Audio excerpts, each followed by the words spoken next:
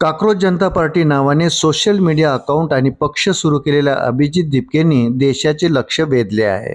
दिपकेंनी सुरू केलेल्या काक्रोश जनता पार्टीच्या इन्स्टा आणि ट्विटरवरील अकाउंटने अवघ्या 4 दिवसात 10 मिलियन्सचा टप्पा पार केला. या माध्यमातून सरकारला लक्ष्यही करण्यात येऊ लागल्याने अभिजित दिपकेंना धमक्याही देण्यात आल्या आहेत. त्याच पार्श्वभूमीवर पोलिसांनी अभिजित दिपकेच्या हिंगोलीतील घराबाहेर सुरक्षा तैनात केली आहे. अभिजित दिपकेंना 2 दिवसापूर्वी जीवे मारण्याची धमकी देण्यात आली होती.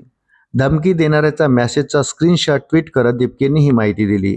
तसेच सोशल मीडियातून मोठ्या प्रमाणात त्याचे समर्थन होऊ लागल्यानंतर त्याच्यावर टीकेची झोडही उठली आहे. त्याच पार्श्वभूमीवर अभिजित यांच्या आईवडिलांनी काळजी आणि भीतीही व्यक्त केली. त्यानंतर आज हिंगोली पोलिसांनी त्यांच्या घराबाहेर सुरक्षा तैनात केली आहे. दिपके आणि त्यांच्या काक्रोश जनता पक्षाबाबत लोकांमध्ये फार उत्सुकता आहे.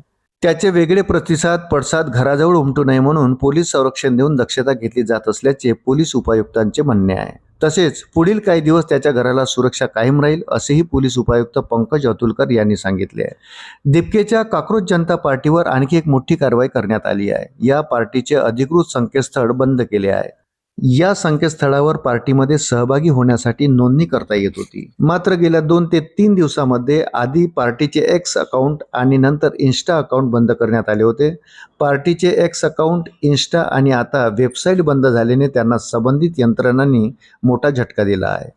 पार्टीचे इन्स्टा आणि ट्विटर अकाउंट बंद झाल्यानंतर त्यांच्या समर्थकांनी निदर्शने करण्याचा इशारा दिला होता. मात्र दिपकेंनी आपल्या समर्थकांना ही चूक टाळण्याचा सल्ला दिला होता.